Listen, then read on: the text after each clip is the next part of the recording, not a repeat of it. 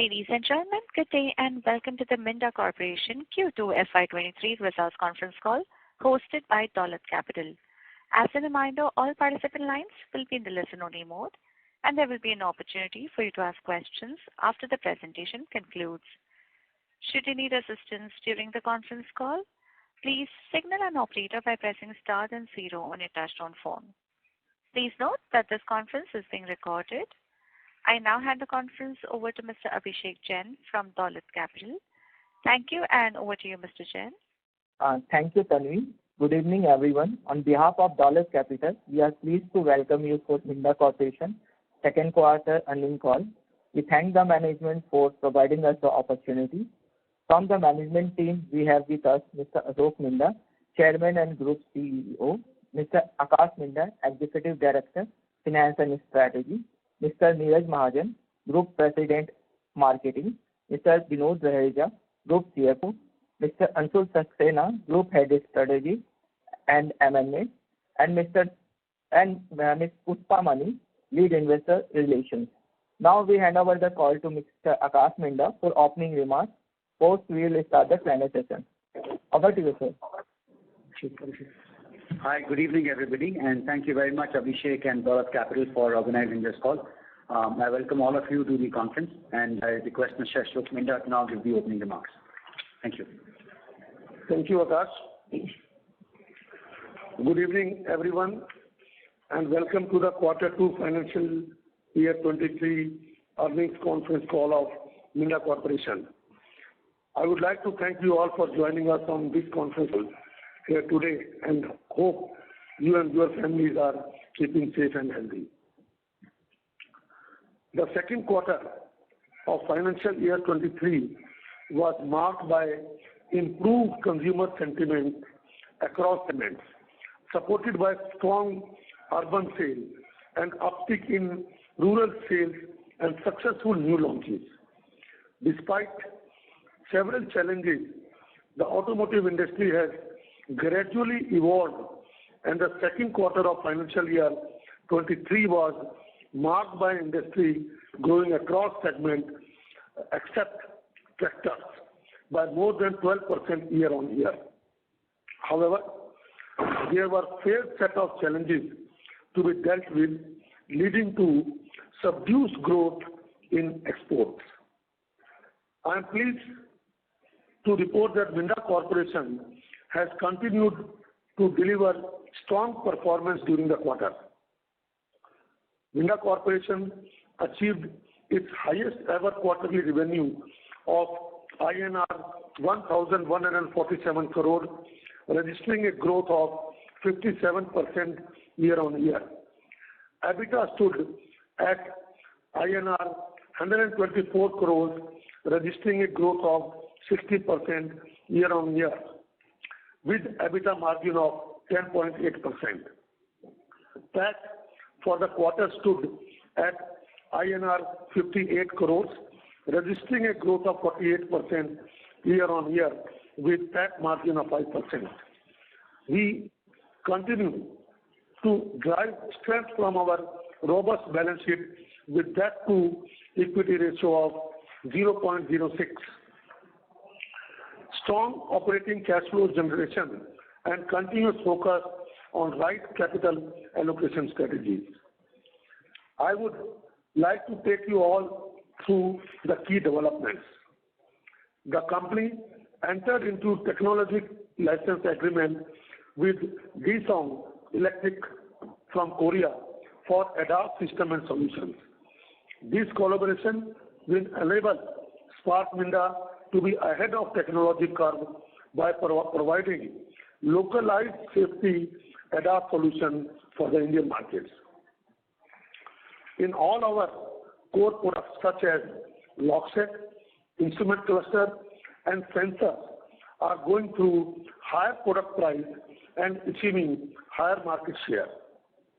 We are strengthening our market leadership position in these products further by giving good quality, latest products and winning new businesses.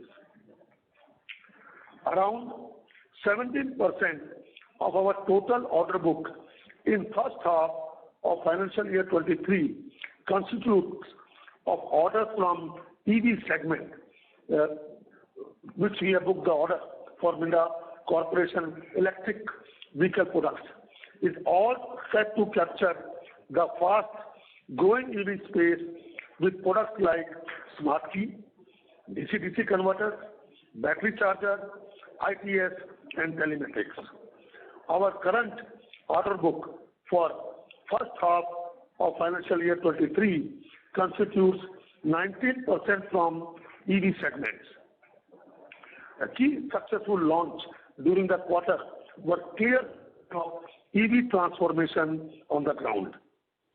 The roadmap ahead would be to focus on the core product and growing our share of business with existing customers and onboarding new customers through focus on technological upgradation via in-house R&D and global strategy tie-ups.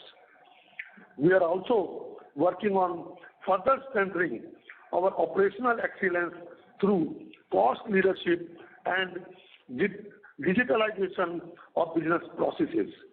We are continuing to work upon localization of connection systems to reduce dependency on imports and improve margin. With this, I would now like to hand over the call to Mr. Akash Minda to discuss the financial and the operational performance of the company during the quarter. Over to you, Akash. Good evening, sir. Thank you so much for your opening remarks. I would now like to refer to the presentation which is uploaded.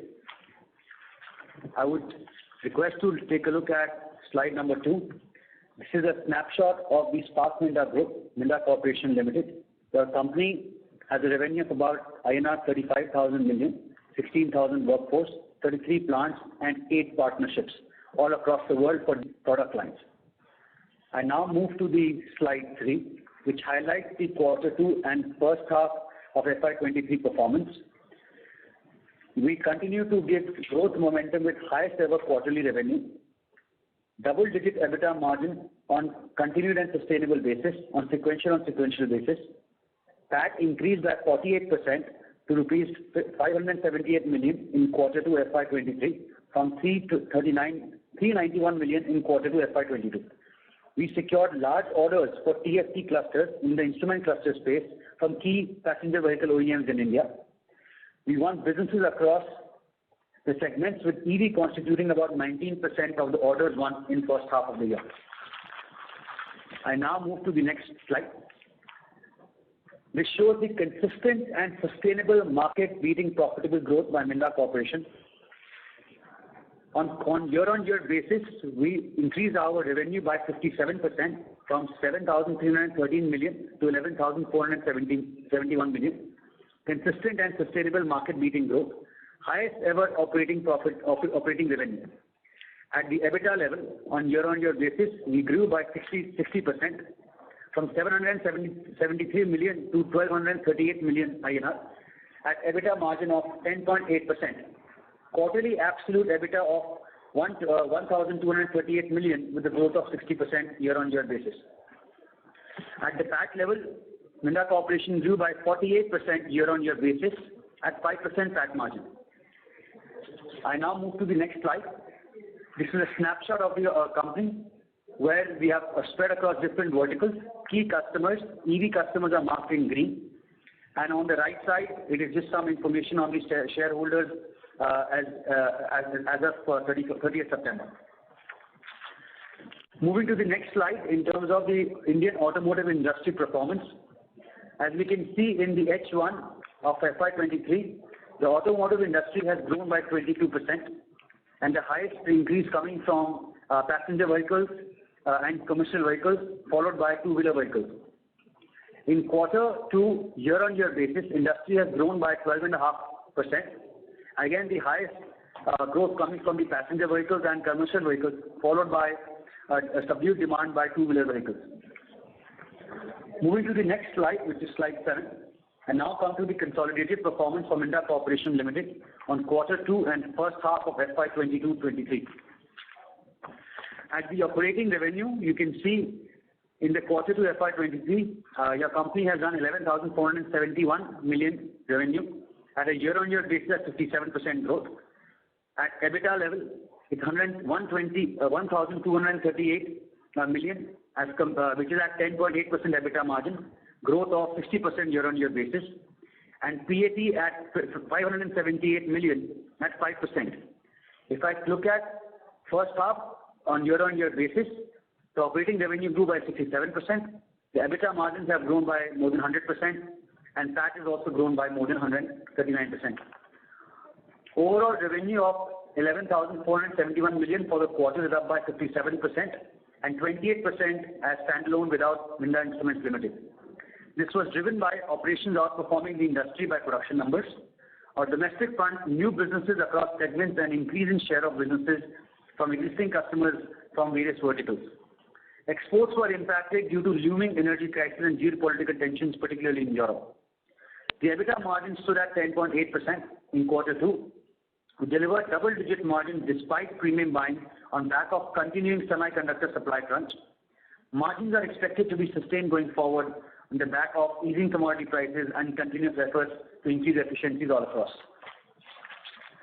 I now move to the next slide, which shows the revenue breakup for the group by geography. India constitutes to be about 80 to 85%. By end market, two-wheeler still remains about 45% of Minda Corporation's top line, followed by commercial vehicles and then aftermarket and passenger vehicles. By business vertical, the mechatronics constitute about 45%, and wiring harness division constitutes about 35%, and instrument clusters about 20%. Moving to the next slide is business vertical performances. Here, if you can see on the top left, the mechatronics division has increased its revenue on quarter-on-quarter basis from 4,203 million to 5,314 million, at the EBITDA going from 13% to 14%.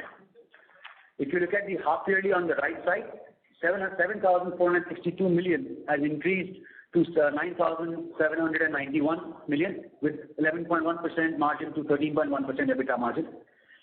Here, the revenue stability was supported on back of strong demand in domestic market, increase in share of businesses with key customers and new business winning. Exports across division was impacted due to adverse factors impacting industry in Europe. EBITDA margins improving on back of higher productivity and sustained improvement across different areas. In the information and connected systems, if you can see, the quarter two year-on-year has increased from 311 crores to 615 crores. On a quarter-on-quarter sequential basis, because now we have included Minda Instruments in this, the revenue has gone from 532 crores to 615 crores, and the EBITDA margin has gone from 8.9% to 8%. On the half-yearly basis, the EBITDA margin stood at 8.6% at 1,178 crores of turnover. The sales increase on back of strong demand in domestic market. Exports were also impacted adversely here, and the EBITDA margin impacted is due to the premium buying of semiconductors, majorly in Minda Instruments. Moving to the next slide, which is the consolidated leverage position. As at half year, I would like to share that our ROC has increased to 21.1%. Our net debt has increased to 934 crores, primarily based on short-term borrowings and working capital. And our net debt and the debt to equity ratio is 0.06. And now move on to the next slide on the journey of new alliances. This is the other number of alliances which Minda Corporation has, but I would like to highlight the right side of the table, where we would like to show in the last 24 months how Minda Corporation has focused on strategic alliances, as we have already committed to all of you. We started in April 21 by signing a TLA with Right Vision of Israel for two-wheeler ADAS systems, followed by signing of a joint venture with INFAC of Korea for antenna solutions. Moving next to the September, the equity stake in EVQ Point in Bangalore for battery chargers.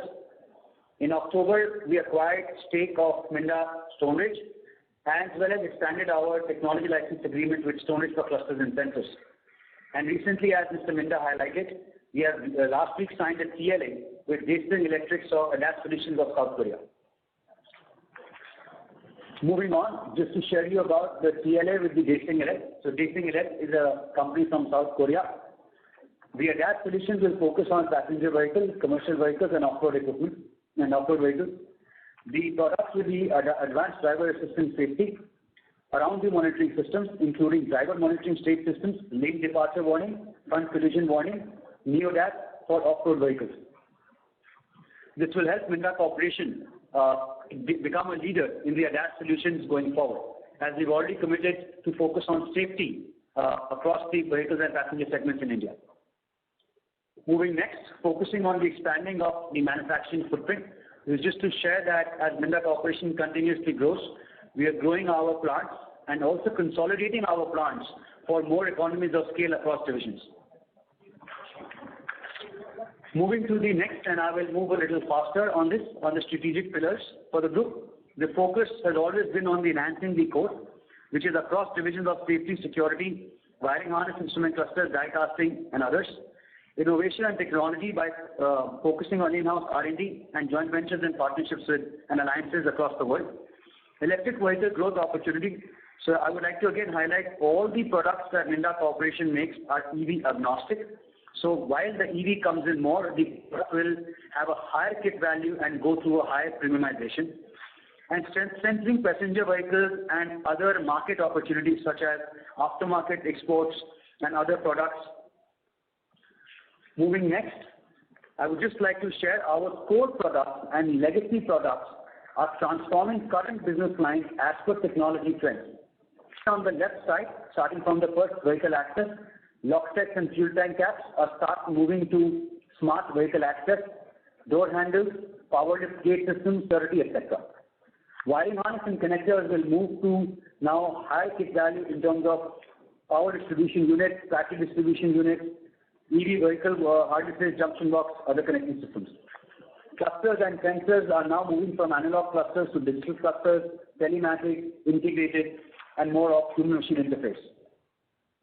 On the electric vehicle front, the focus has been on the battery chargers, DC-DC converters, and on the development of motor controllers, BMS, and other products.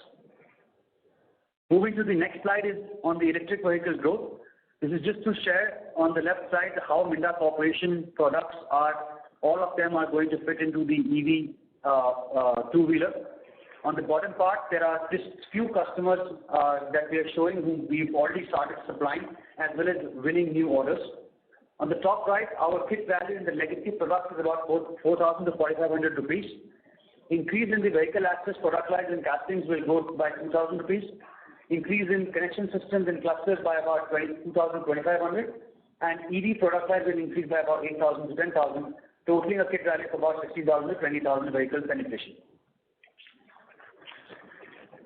Moving next, these are just the value propositions that Minda Corporation offers to our customers and all stakeholders. Moving last part of the presentation would be various focus on the ESG and CSR and awards. ESG is a prime paramount focus for Minda Corporation and its board. We have developed a very strong framework reviewed by our independent directors at the Minda Corporation Limited for looking the ESG policies, and this is also on the Spark Minda Group website. Moving next, as our focus on giving back to the society, there are various initiatives across projects like education, environment, as well as supporting people with disabilities have been a focus, and we have put up separate camps all across.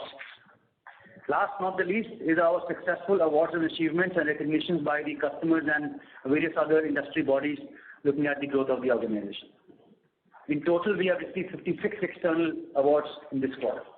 With this, I would like to conclude my presentation and open the floor for all questions. Thank you.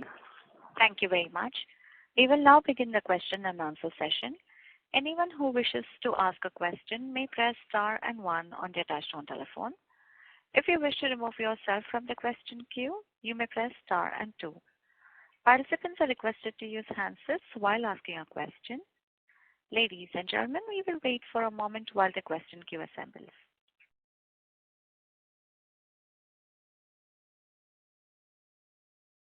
Participants, if you would like to ask any questions, please enter star and one on your phone. First question is from the line of Mohit Khanna from Banyan Capital. Please go ahead. Good evening, sir, and congratulations on a good set of numbers here. My question is pertaining to the slide number 9, wherein the information and connected systems on the quarterly side, the left-hand side, you can see the margins, the EBITDA margins for the segment has come down from the first quarter to the second quarter, even though their revenues have increased. So what really has been the reason for this? Yeah. So Mohit, thank you for the question. Again, the majority of this reason is due to the... First, I would like to share that we have, in the presentation, clubbing Minda Instruments into the information and connection systems. Hence, the revenue jumped from 311 to 615 crores. But if you look at quarter-on-quarter basis, it's moved from 532 to 615 crores. The EBITDA has gone down, and about majority of the reason is due to the premium buying of the semiconductors in the Minda Instruments Limited. And here it is a numerator and denominator effect. Fair enough. One more thing, if I look at the year-over-year comparison, the gross margins have come down for us by around 4 percentage points. However, the EBITDA margins has held up, in fact, improved by 20 bits. So, just wanted to understand how sustainable is this, and what really was the reason? Was it a product mix? Because I can also see the aftermarket numbers have gone down, and commercial and EV vehicles have gone up. So is it the product mix that is helping us, and is this trend sustainable here? Yeah, Mohit. So, yes, absolutely. There are a couple of reasons for this. If you again look at it, the gross margins would be approximately same if I look at quarter to FY22 without MIL, and with MIL again they have decreased by about few basis points. If I look at including the Minda Instruments, so there's a drop of about 100 basis points. This is due to the commodity inflation, premium buying of semiconductors, as I explained, and to also share it is again a numerator and denominator effect. Going forward, definitely where the raw material prices are expected to come down, it may definitely increase going back forward. So as the gross margins improve from here on, is it fair to assume that even the EBITDA margins will follow through? Yes, you can say so. Again, it all depends on the movement of the RM prices, and that is again a major factor in how this will shape up. And of course, if there are premium buyings, looking at the overall global semiconductor shortages, it may vary in this range. Fair enough. Thank you so much. I'll come back in the queue. Thank you, Mike. Participants, if you wish to ask any questions, please enter star and 1. I have a question from the line of Abhishek Jain from Dolat Capital. Please go ahead. Congrats for a strong set of numbers, sir. First, few questions from the mechatronics and aftermarket business. So, have we on any new business in the two-wheeler locking system? And just wanted to know what is the share of business with the different OEMs in two-wheeler locking? So, Abhishek, thank you for your question. Definitely, we have won orders across. Speak about the two-wheeler security systems. Our order and focus continues to be in the mechanical lock sets as well as the keyless solutions going forward. I'm happy to share that in the keyless solutions, which is a more of a premium product, and going forward into the EV, our win rate is more than 80%. And your second part of the question was, sorry, can you repeat the second part of the question, please? Sir, what is the share of business with the different OEMs? Yeah, the share of business with different OEM or the wallet share, what we call, is different with each OEM. But as a market share, I can say that we are the leaders with the majority market share in India. So again, I will not be able to share a percentage number, but it's in the range of 35 to 40% in the middle. So what is the current content per vehicles in the two-wheeler locking system, and what sort of the growth you are looking because of the premiumization? So typically, if you look at a current lock set, it goes to about 400 to 500 rupees. But going forward, as I shared with you in the EV slide, or even in the non-EV going in the premium segments, it may range from about 2,000 to 3,000 rupees depending on the configuration of the product. Now it depends on the customer that what type of a keyless entry solution do they select. If it is a mobile based or if it is a remote based or what type, depending on that, from 400 to 500, it will go to about 2,000 to 3,000 rupees. Okay. And sir, in information and connected system, what is your revenue growth in first half FY22 versus first half FY23 in the wiring harness business, excluding the Minda instrument system? And margin is still low in this business. So what is your plan to expand margin, and how do you tackle to mitigate the impact of the rupee depreciation? Yeah. So again, as I mentioned, for the quarter 2 FY23, put together revenue is about 615 crores.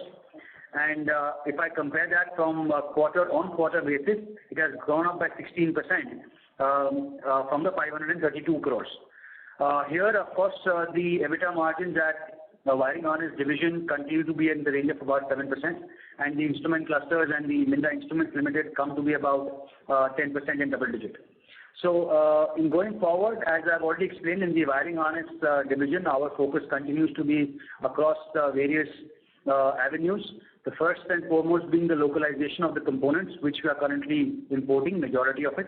Second is definitely, as I showed in the presentation, is the consolidation of the plants to get better economies of scale. Third is operator efficiency, and the fourth is, of course, major impact on the raw material prices, which we get a lag of about 1 to 2 quarters from our customers. And what is the impact of the rupee depreciation on, because most of the raw materials are imported now? So I'll ask Mr. Vinod to answer this question, please. Yeah, while let's say we know that rupee has depreciated, but at the same time, Japanese yen has also depreciated basically, and few of the components where the origin is Japan actually. So net, it has no sort of impacted, but in any case, all these exchange rate variations are largely indexed to the OEM. So therefore, any variation in that gets compensated to us, of course, with a time lag of 1 quarter only. Okay. Thanks, sir. That's all from my side. Thank you, Abhishek. Thank you. Participants, if you wish to ask any questions, please enter star and 1 on your phone. The next question is from the line of Bismit Nayak from RW Advisors. Please go ahead. Thanks for the opportunity. Sir, what would be the order book at the end of this quarter? Yeah. So for the first quarter or the first half of the year, we have done a total order booking of about 4,200 crores in the first half. But the first quarter was about 2,000 crore and about 2,300 crores was in the second quarter. This is having a mix of replacement businesses as well as new businesses. About 19% of these new orders come from the electric vehicle platforms and customers. Understood. And so on the gross margin part, I could not understand. So Minda instruments, that is having an impact of 100 bips. And the premium semiconductor part, can you please help me understand? I'm sorry. Yeah.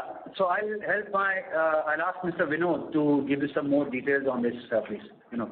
Yeah, because of the shortage of ICs and semiconductors, basically, Yes. And considering the long lead time and supply chain disruptions, we have to procure components at spot rates, basically, from available sources.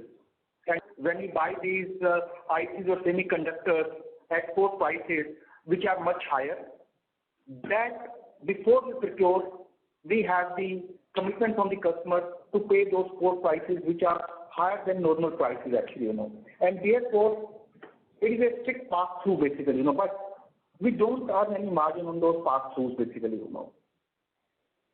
Therefore, while in case of the Minda instrument, the top line has grown much higher, basically, because of premium buying, basically, So that in a nutshell, while optically adds to our revenue, it does not actually help our margin. And to an extent, it has sort of some impact on the margin, which Akash also mentioned, numerator-denominator impact. Okay, so the premium that we are paying for procurement of these semiconductors, on the excess, the premium part, we are not getting any margin. Is that? Yeah, because any premium is a pass-through basically on a cost-to-cost basis. Understood. Okay, sir. Thank you. Thank you. Participants, if you wish to ask any questions, please enter star and 1. The next question is from the line of Sachin Kasera from Swan Investments. Please go ahead. Yeah, good afternoon and congrats for a very good set of numbers. Very heartening to see consistently delivering good numbers and quarter-on-quarter improvements. Just 2 or 3 small questions from my side. One was this loss from the associates seems to have gone up around 5 crores. So can you give us some more insights why was the loss suddenly so high in the associates? Yes, hi Sachin. I'll ask Vinod to take up this question, please. Yeah, I think you are referring to the consolidated numbers where Yes. The share of profit from associates is net about 5 crore rupees. Yes. And if you would have a look at the note number, just right, I will just refer to the note in the consolidated financial statement where in our associate companies, based on a custom classification issue, refer to note number 8 on our consolidated results basically, So in case of an associated company, based on a custom classification matter, they had to expense out about 16 crore rupees basically, And considering we hold about 25% stake in that company, so we have to recognize our share of expense basically, So this is largely on account of that actually, And this is as of now just entry or is it actually cash expense, cash loss? Sorry, we can't hear you clearly. I'm saying, is this just a provision right now or is this something that we have paid? No, it is a provision. It is a provision only actually, But yeah, this is our share of expense, but so far as our associate is concerned, they have created a provision only as of now actually. Sure. The next question is regarding the cash flow statement. So despite such strong improvement in profits, if we see because of the higher working capital and also because of almost 110 crores of capex, the cash flow is not that great and hence the net debt has gone up. So one, if you could give us some insight, how do we see the net debt in the second half? What type of capex and working capital requirement we see? And will it further go up or will this come down? So now that you mentioned the price is also stabilizing, so maybe incrementally we may not need to have such high levels of inventory. Yeah, so let me answer the first part in terms of the working capital. As you will see that our top line has grown significantly actually, And considering the working capital cycle of about 45-50 days that we have, our working capital in number of days, both on receivables and inventory, actually has improved marginally so far as this quarter end is concerned basically, So the infusement of funds in working capital is largely the result of stellar growth in top line actually, That is part 1. Part 2, on the capex side, as you can see the cash flow statement that we sort of incurred a capex of about 110 crore rupees in the first 6 months basically, And yeah, sorry, you had something? No, I'm saying, so what will be the number for the full year on the capex front? I think about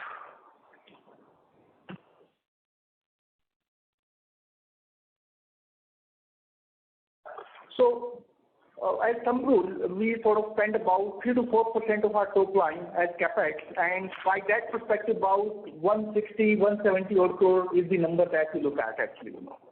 So which means in H2 the capex will be lower than H1. Yeah, so again, yes, you can say so in terms of numbers, but of course, as the year goes forward, we are also bound to look at growth-related capexes more also. So yes, you can say broadly they would be the similar lines or could be lower. Sure.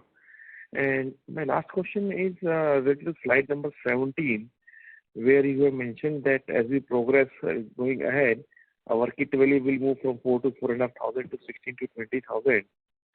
So can you give us where are we in this journey? In the sense, in the last 1 or 2 years, have we seen this improvement? I know this 20,000 will take some time, but what is the type of increase we have seen from this 4,500? to where are we today, and what is your sense? Will it take us like 2-3 years or 5 years to reach this 16 to 21 potential kit value? So, as I mentioned, again, from the current product offering of about 4,000 to 4,500, this is going to go to 16,000, and this is going to happen all across our product lines. If I speak about the keyless entry and the other mechatronics related products, the increase will be from about 1,000 to 2,000 to 3,000. When it comes to the wiring harness, instrument clusters, and other such connected devices such as sensors and all, this will further increase by about 2,000 to 2,500 rupees. Speaking about the EV product lines, which is a battery charger, DC-DC converter, motor controllers, etc., will be about 8,000, 10,000. Now, out of all of these products that I have mentioned to you, about only except motor controller and battery management system, which are under development, rest all are under mass production. Whether it is a cluster, keyless entry, wiring harness, sensors, battery chargers, DC-DC converters.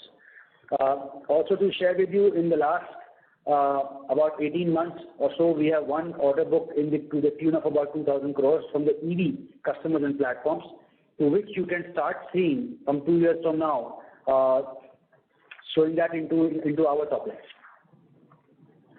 So directionally, we should start seeing improvement in kit per vehicle as we go ahead. Some improvement in 24 and good improvement in kit per vehicle in 25, FY25. Yes, absolutely. But again, I would like to always caution here on the uptake of the EV industry. So of course, while the EV is growing month on month and quarter, but there are various challenges in terms of cost of ownership, fire issues, and other such issues which relate to demotivation of customers. But hence, our focus is to, of course, win most amount of orders from our customers. And when the EV penetration increases, so will Minda Corporation's revenue also. Sure. And just one last follow-up on this itself. So if you could give us some sense on, because a lot of this is with the R&D and the new product development. So what type of R&D budget we are running in the current year versus last year? And, what are our overall thought process and how do we want to spend and, how do we want to increase the strength of the R&D team? So, of course, engineering and R&D is core of our business. On an average, we've been spending about 2.5% of our revenue into the R&D. Going forward, you can expect it to be in the similar lines. Sure. And just lastly on this R&D bit itself, we are seeing that the world is gradually moving more and more towards the software side of the vehicle, and most of the parts are getting some sort of embedded software involved in them. And we also mentioned that we want to move. If we go to the slide number 16, we also have mentioned that how we are trying to integrate more and more electronics and intelligent smart systems in all our products. So are we sort of looking at significant investments and building capabilities in terms of how do we have some more software-based products and what are feature products that we are launching? Yes, absolutely. We are focused on developing our capability in software. All the products that we are going to be manufacturing and designing, we need a strong software base and pillars. So again, our technical center in Pune and further growing and expanding is definitely enhancing the capabilities across various competencies that are needed, including software. Sure. Got it. Thank you very much. Thank you. Thank you. The next question is from the line of Pankaj from Affluent Assets. Please go ahead. Thanks for taking my question and congrats on a very good set of results. I just wanted to understand what is the thought process behind. I would like to understand where do you see the company going forward, maybe 2 years down the line. So currently, on an annualized basis, our top line is around 4,000 crores with EBITDA margins of around 11%. Well, the margins have been consistent for last 3 years.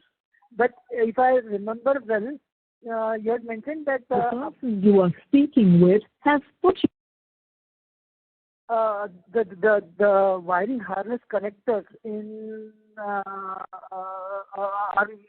majorly imported.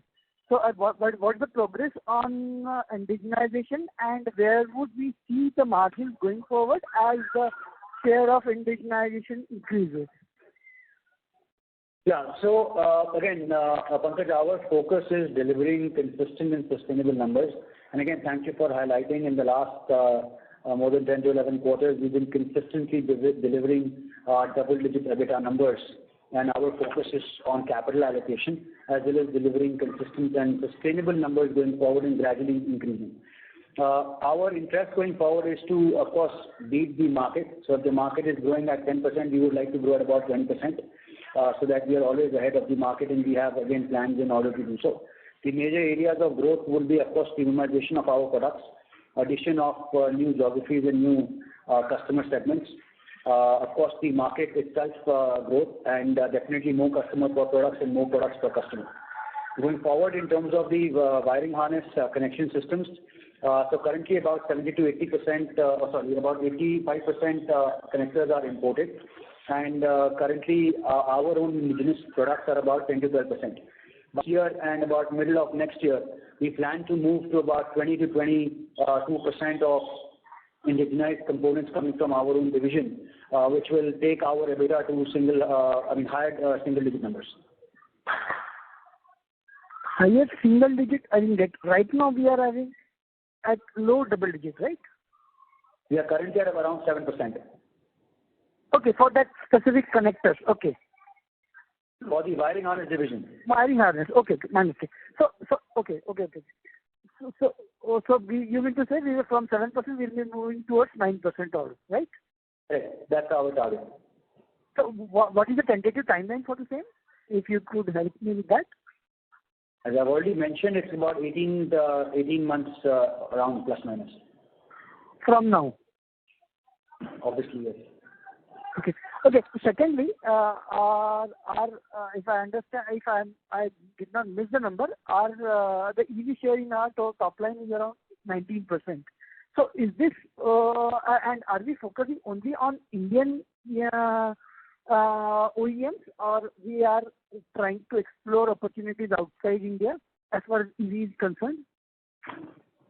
It's of course India and overseas. So we've also started winning orders from overseas customers in EV segments, particularly coming from Europe.